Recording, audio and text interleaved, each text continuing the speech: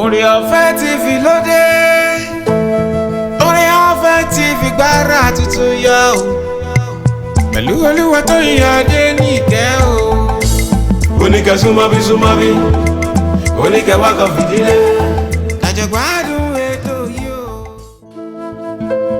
Aráyé súnmọ́ bí gbogbo ohun tuntun dé o. Ìkànnì Oore Ọ̀fẹ́ TV ló balẹ̀ kàsà. Ìkànnì tó mọ́lẹ̀ kedere tó káyé já. Níbi tá ti mọ rírì ìgbárùkù ti àwọn onírúurú aláṣeyẹ. Tá ó jùmọ̀ báwọn dáwọ́ dùnú dúpẹ́ lọ́wọ́ Elédùmarè fún ìgbésí ayé rere. Bákan náà ẹ̀wẹ̀, a máa nífẹ̀ẹ́ sí gbígbọ́ àwọn kọ́ńbọ́ọ̀kì ọ̀rọ̀ àti ìrírí lọ́lọ́kan ọ̀jọ̀kan. Àwọn àlejò wa yóò máa yànnàná bí wọ́n ti jàjà borí. Látàrí onírúurú ìdojúkọ tòun ti bí wọ́n ti daṣẹ́gun. Kò tán sórí àwọn aláṣeyẹ nìkan o. Pé ẹni wà láyé wà láàyè pẹ̀lú àlàáfíà tó péye. Ẹgbọ́n ṣé kò wá tọ́pẹ́ bí? Olúwatóyìn Adéníkẹ́ la tọ́kùn ètò. Ọmọ yín, ọ̀rẹ́ yín, olólùfẹ́ yín. Ó ti wà ní sẹpẹ́ lórí ìkànnì Oore Ọ̀fẹ́ TV. Ńbẹ́ ti mọ̀, àṣà, èdè, ìhùwàsí, ẹwà àti ìṣesí ọmọlúàbí ti abínibí ilẹ̀ Yorùbá ló jẹ wá lógún o. Ìkànnì Oore Ọ̀fẹ́ TV ó kárí ayé.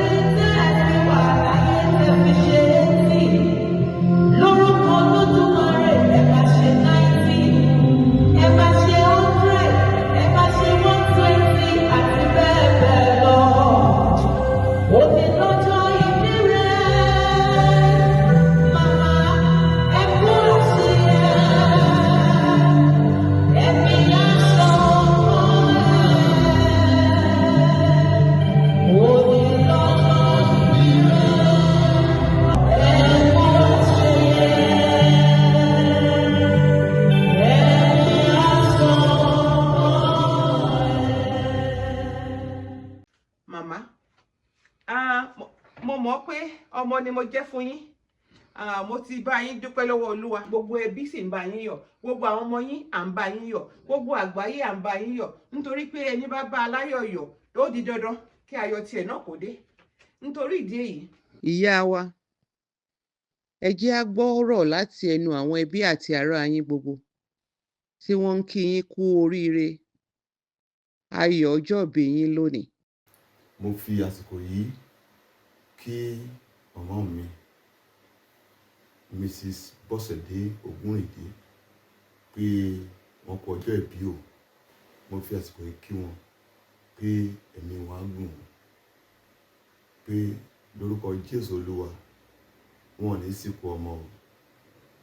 Mo dẹ̀ gbàdúrà fún wọn pé wọ́n á jẹ ọmọ pẹ́ o. Mo dẹ̀ gbàdúrà pé ire ọmọ á ṣojú wọn pẹ́ o. Mo dẹ̀ gbàdúrà pé ire àti àánú lá máa tọ̀ wọ́n lẹ́yìn lọ́jọ́ ayé wọn gbogbo.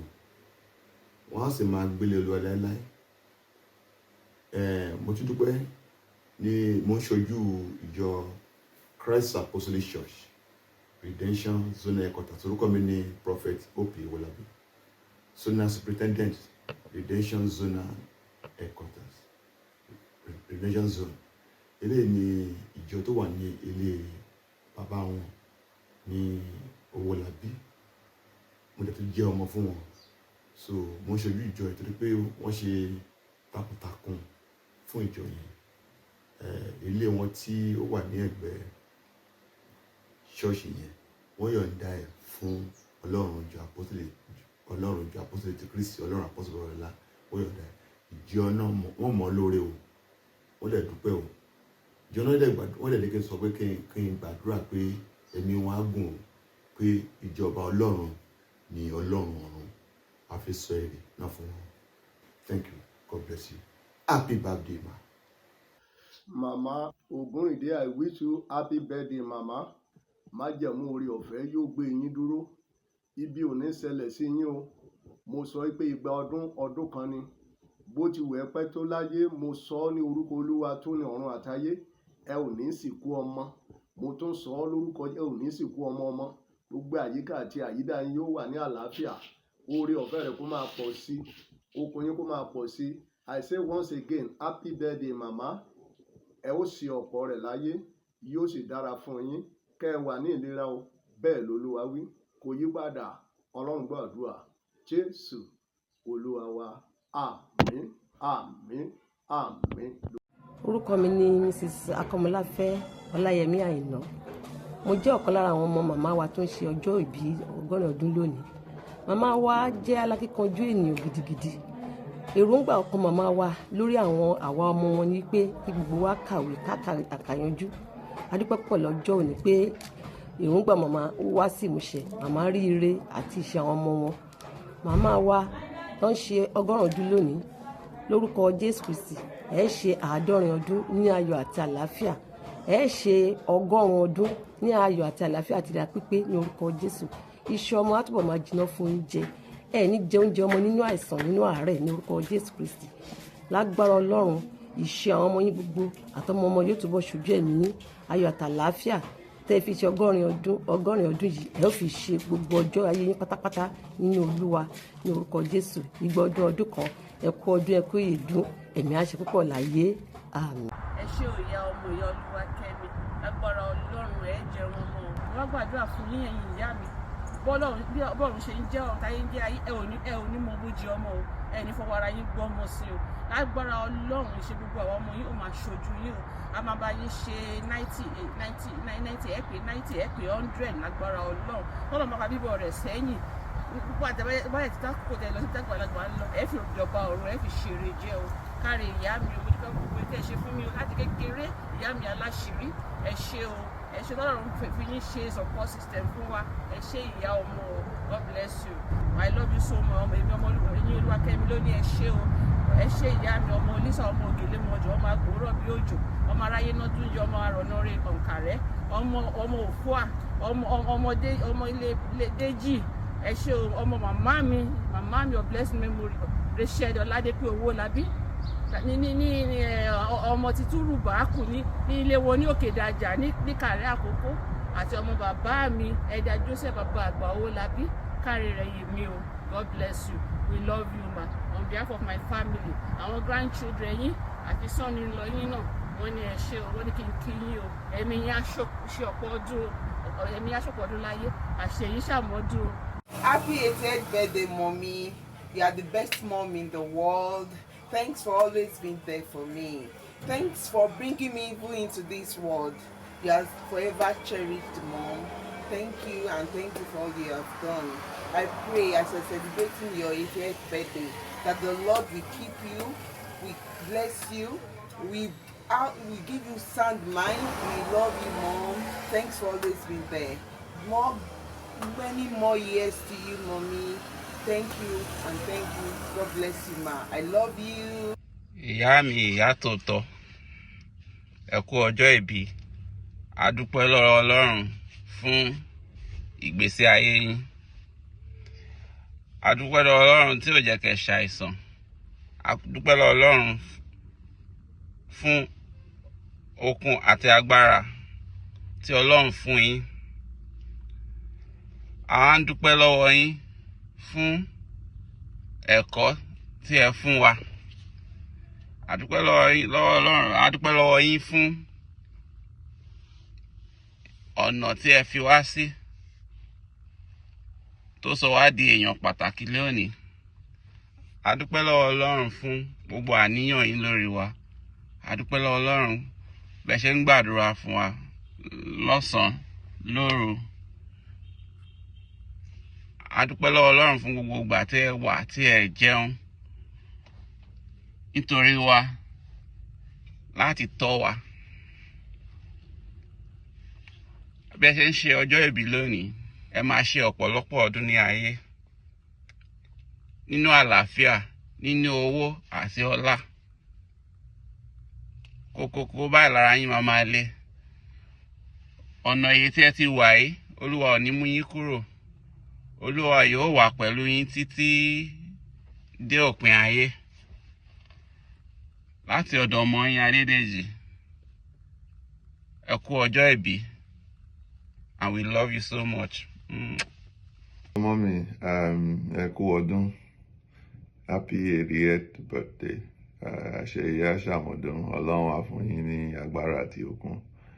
A gbàdúrà pé ẹ máa live láti rí more of your grandchildren and even great-grandchildren if the Lord tarries. I'm excited. No me do. Láti wish yín happy 80th birthday. Being the last born, I can say I witnessed, a good part of, growing up with you. Really grateful.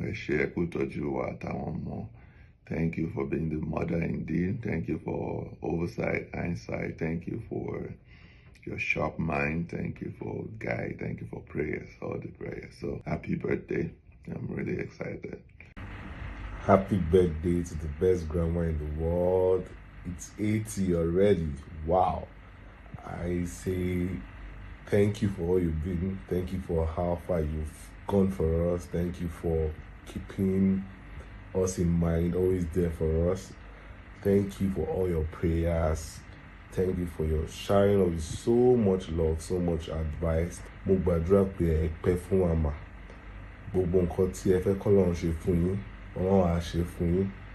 Àwọn tẹ́ ti gbé sáyé, ẹ ní sunkún any of us. Ẹ ní sunkún ọmọ, ẹ ní sunkún ọmọ. Ẹ má dàgbà, ẹ má dàgbà, ẹ má dàgbà.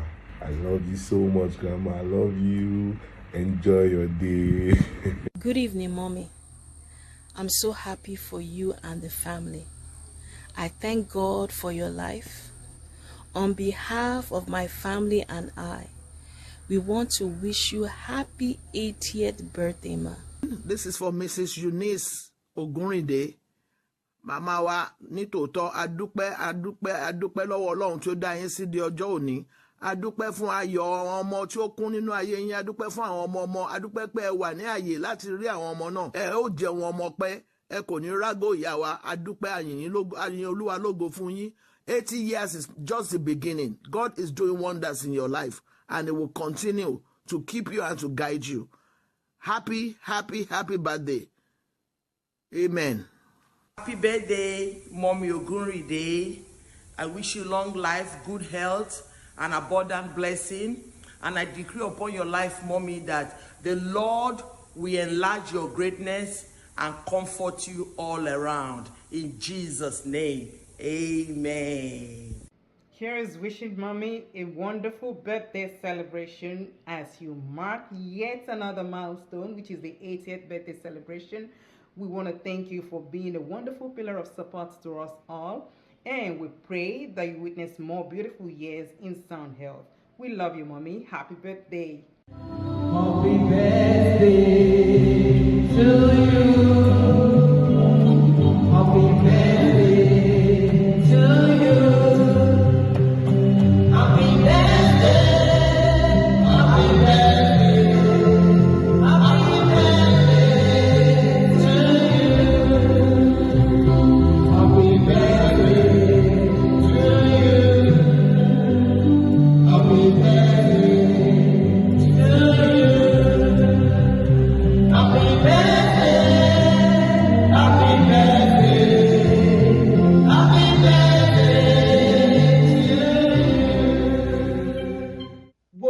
ìlàkàkà yín lórí àwọn ọmọ yín, gbogbo ìlàkàkà yín lórí gbogbo àwọn mọ̀lẹ́bí, gbogbo ìlàkàkà yín yóò láàrin ìjọ, gbogbo ìlàkàkà yín, gbogbo àwọn olóyìnbó a máa sọ pé labour of love, gbogbo ohun tí ẹ ti fi ìfẹ́ ṣe lọ́jọ́ rírí ọjọ́ àìrí tí ẹ fara dà láti rí pé àwọn ọmọ yín wọ́n dé èèyàn, láti rí pé gbogbo àwọn tó wà lẹ́gbẹ̀ẹ́ láyìíká yín ara ò ní wọ́n, gẹ́gẹ́ bí Ọlọ́run ṣe fún yín lórí ọ̀fẹ́.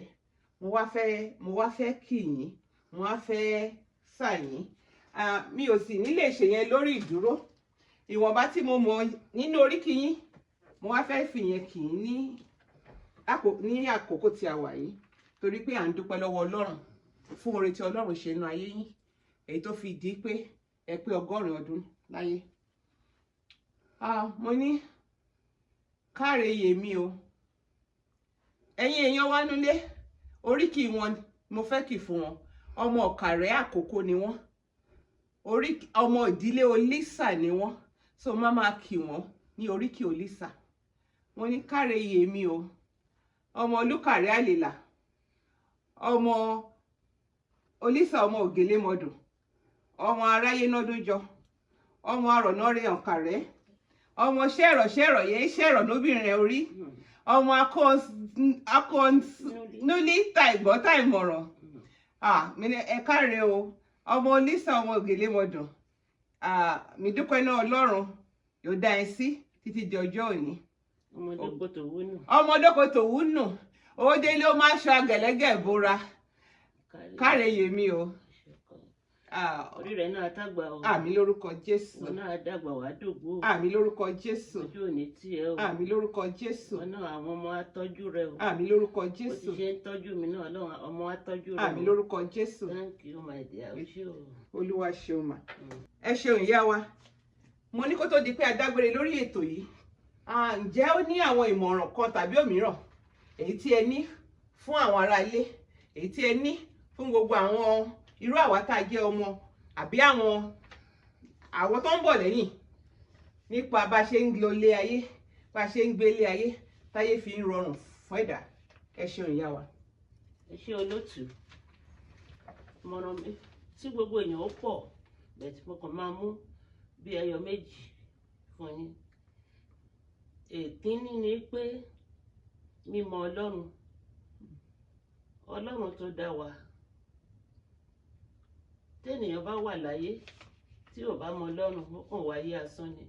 Ò bá jẹ́ Kristẹni, ò bá jẹ́ Muslim, láì mọ ẹni tí wọ́n ń tẹ̀lé, láì mọ ẹni tó ń sìn, Olúwa ẹ̀ wáyé asán ni. Ṣùgbọ́n tó bá ti mọ Ọlọ́run tó ń sìn, tó kọjú sí Ọlọ́run rẹ, gbogbo nǹkan máa di ṣíṣe fún Olúwa ẹ̀ ni. Ṣùgbọ́n gbà tó bá mọ ẹni tó ń sìn, tó ń sá síbí, tó ń sá sóhun, tó ń yálé kiri, àti gbogbo ẹ̀ bá rí yíwọ́ padà, wàá máa sọ pé kò sọ́lọ́run, kò sọ́lọ́run. Ọlọ́run wà. Tọ́lọ́run ò bá wà, irú èmi yóò lè sí nínú ayé yìí. Ṣé èmi tó yẹ kán ti lọ jù sínú kòtò? Mo wá dúpẹ́.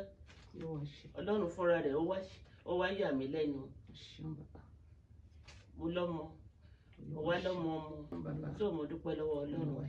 So ẹni tó bá ti gbẹ́kẹ̀lé Ọlọ́run máa wà pẹ̀lú ẹ̀ títí ni. Tolúwa bá dẹ̀ ṣiṣẹ́ tó sin Ọlọ́run, wàá ṣe dé bí èrè. Bó ní bí èrè, ìjọba ọ̀run lèrè onígbàgbọ́.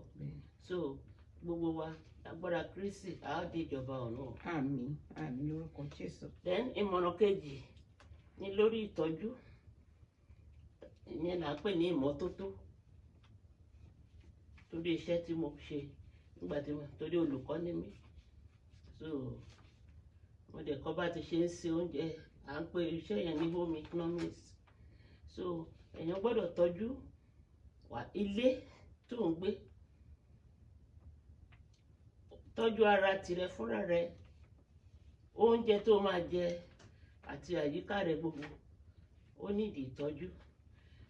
Tó o bá tọ́jú gbogbo wọ̀nyí, àìsàn Ọlọ́run má jẹ́ àìsàn tí ó gbóògùn, Ọlọ́run má jẹ́ ó ṣe wá. Àmín lórúkọ Jésù. So a gbọ́dọ̀ tọ́jú ara wa, a gbọ́dọ̀ tọ́jú ilé wa, oúnjẹ tá à ń jẹ a gbọ́dọ̀ tọ́jú rẹ̀, a gbọ́dọ̀ sílẹ̀ fẹ́ṣinṣin, a gbọ́dọ̀ mọ ohun tó yẹ lákòókò. Bó ti ṣe yẹ ká tọ́jú àwọn ọmọ wa, ká má ṣe wọn lẹ̀ sí òtútù. Then a dẹ̀ gbọ́dọ̀ fa àwọn ọmọ wa sílẹ̀, ká má rán wọn ní ilé ẹ̀kọ́. Ilé ẹ̀kọ́ dára, ó dùn. Torí a máa ń kọrin yẹn nígbà ayé àtijọ́. Ẹ̀kọ́ dára púpọ̀, ẹ̀kọ́ ló láyé sìn yìí. Ẹni tí ò bá tọ́ ọmọ rẹ̀ nílé ẹ̀kọ́, ó ń fìyà jẹ ara ẹ̀ fúnra ẹ̀ ni, kì í ṣe ọmọ yẹn ló fìyà jẹ. Torí Ọlọ́run lè ṣe é, tọ́lọ́run bá ka ọmọ yẹn yẹ, tó fún ní oore ọ̀fẹ́, ó lè lọ́nà kọ̀nà tó fi máa gòkè. Ṣùgbọ́n tí ìwọ fúnra rẹ̀ tó bá tọ́jú ọmọ yẹn, Ọlọ́run á fún ẹ tọ́jú. Ìrìn ọmọ yẹn á yá jù pé kọ́mọ fúnra ẹ̀ struggle kó tó dípò di nǹkan. So mo mo fi eléyìí rọ̀ yín pé gbogbo tọ́lọ̀ bá ṣe fún wa ẹ jẹ́ kó tẹ́ wa lọ́rùn ká dẹ̀ tọ́jú àwọn ọmọ wa bó ti tọ́ bó ti yẹ Ọlọ́run á wà pẹ̀lú gbogbo wa. Àmín. Ẹ ṣeun ìyá wa. Gẹ́gẹ́ bí ohun tí a gbọ́ lẹ́nu ìyá wa, wọ́n fún wa ní àwọn ìmọ̀ràn lọ́lọ́kan òjọ̀kan. Wọ́n ní èkíní, kí kálukú ká mọ Ọlọ́run, àbájẹ́ lẹ́sìn Kristẹni, ọmọlẹ́yìn Kristi, àbájẹ́ ẹlẹ́sìn Mùsùlùmí, ká mọ Ọlọ́run, nítorí pé Ọlọ́run ló ń fúnni ní oore ọ̀fẹ́ láti dá ohunkóhun tí ẹ̀dá bá fẹ́ dà láyé.